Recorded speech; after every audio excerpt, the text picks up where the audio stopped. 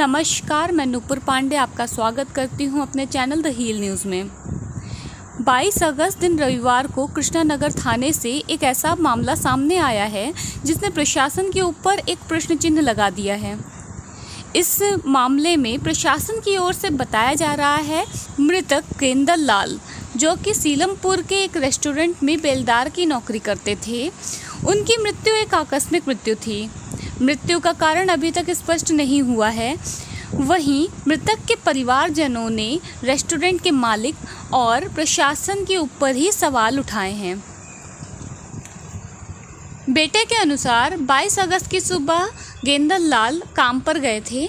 जिस रेस्टोरेंट में वो काम करते थे, वहाँ के मालिक की पत्नी चाय लेकर वहाँ पहुँची। गेंदल लाल बेहोशी की हालत में थे, उनकी सांसें चल रही थीं। उन्होंने आनन फानन में गेंदल लाल को कड़कड़डूमा स्थित हेडगेवर हॉस्पिटल में एडमिट कराया। अस्पताल से परिजनों को देर रात लगभग 12:30 बजे कॉल किया गया, जिसमें उन्हें सूचित किया गया कि अब गेंदल लाल दिवाकर इस दुनिया में नहीं रहे। बेटे का कहना है कि पिता की मृत्यु के पूर्व उन्हें उनके पिता के अस्पताल में भर्ती होने की कोई भी सूचना नहीं प्राप्त हुई थी। मृत्यु का कारण अभी तक स्पष्ट नहीं हुआ है। यहाँ पे आप परिजनों को देख सकते हैं। सारे परिजन खड़े हैं, उनकी वाइफ खड़ी है, उनके बच्चे खड़े हैं, उनके फैमिली मेम्बर्स खड़े हुए हैं, बेटा खड़ा हुआ है और इनको अभी तक पुलिस की ओर से किसी भी प्रकार की कोई सहायता प्राप्त नहीं हुई है। जी बताएं, यहाँ पे मामला क्या है? आप लोग इतने सारे लोग यहाँ पे एकत्रित हो रखे हैं। मेरे पापा कल काम पर गए थे, उनकी डेथ हो गई। अच्छा, आपके पिताजी का नाम क्या है? गेंदल लाल दिवाकर। वो कहाँ पे काम करते थे? सीलमपुर कौशिकपुरी में, गली नंबर 1। काम क्या था? बेलदार थे। बेलदार थे। हाँ जी। तो ये पूरी घटना क्या है? कल सुबह काम पर गए थे वो जी। जहाँ काम कर रहे थे, उनकी वाइफ चाय लेकर गई 11:30 बजे। जैसा उन्होंने मेरे को बताया, मैं वैसा बता रहा हूँ आपको। उन्होंने बताया जैसे मैं चाय लेकर गई, वहाँ पर बेहोश मिले, उनके अंदर सांसें चल रही थी कुछ 11:30 बजे। चाय लेकर जब गए थे वो, उन्होंने एडमिट करवाया हेडगवार में। हमारे पास 12:27 को कॉल आता है, आपके पिताजी की डेथ हो गई है, आप यहाँ पर आ जाओ। उसके बीच में हमें बता सकते थे, सांसें चल रही थी, हमारे को कुछ नहीं बताया, बॉडी भी नहीं दिखाई, ना कुछ रीज़न बताया किस वजह से डेथ हुई उनकी, कुछ नहीं बताया हमारे। उनके बेटे के अनुसार जिस जगह पर मृतक गेंदल लाल काम करते थे, उन्होंने बहुत ही अमानवीय प्रवृत्ति का प्रदर्शन किया है।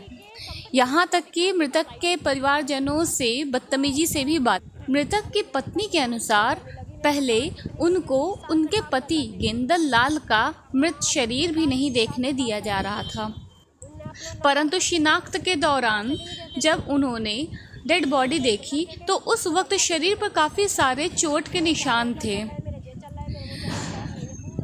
परिजनों के अनुसार मामले के बारे में पूछताछ करने पर कृष्णानगर थाने के एएसआई नथुराम ने उनके साथ गलत व्यवहार किया और मृतक की पत्नी को जेल में डालने की भी धमकी दी।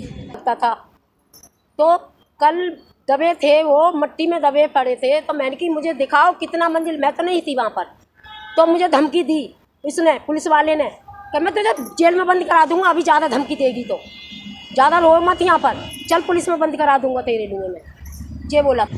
हमने इस मामले की पूरी जानकारी के लिए एएसआई नथुराम जी से भी बात करने की कोशिश करी, परंतु उनका कहना था कि वे ऑन कैमरा किसी भी प्रकार का स्टेटमेंट नहीं दे सकते हैं। तो हमने कृष्णानगर थाने के एसएचओ रजनीश कुमार जी से बात करी।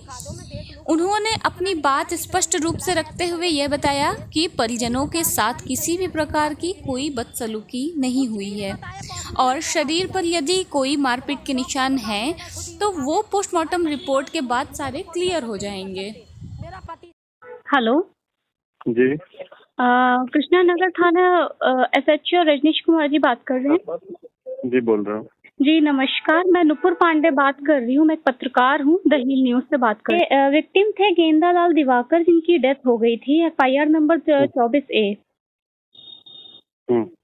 जी, कल एक्चुअली क्या उनकी फैमिली वालों से बातचीत हुई थी हमारी, तो वो कुछ अपनी स्टोरी बता रहे थे और उनका ये कहना था कि उनको हार्ट अटैक नहीं आया था या फिर उनकी किसी संदिग्ध हालत में उनकी मृत्यु हुई है और पुलिस की ओर से उन लोगों को मिसगाइड किया गया है, कुछ इस तरीके की बातें चल रही थी। तो सर थोड़ा सा इस केस के बारे में आप बता सकते हैं कि एग्जैक्टली केस क्या था? ब्रीफ ये है कि ये एक लेबरर है जी जो आनंद पर्वत का रहने वाला है और यहाँ पे सीलमपुर में काम करने आता था पहले से। जी जी तो यहाँ पे जो लैंड लेडी है क्या काम कर रहा था, वो बोली कि मैं चाय बनाने गई थी, जब चाय लेके आई उसके लिए तो ही वॉज फीलिंग अनकम्फर्टेबल, वो लेटा हुआ था। ओके इमीडिएटली उसने उसको लेकर के हॉस्पिटल बताया, दाखिल कराया, जहाँ पे उसको ब्रॉडेड किया गया।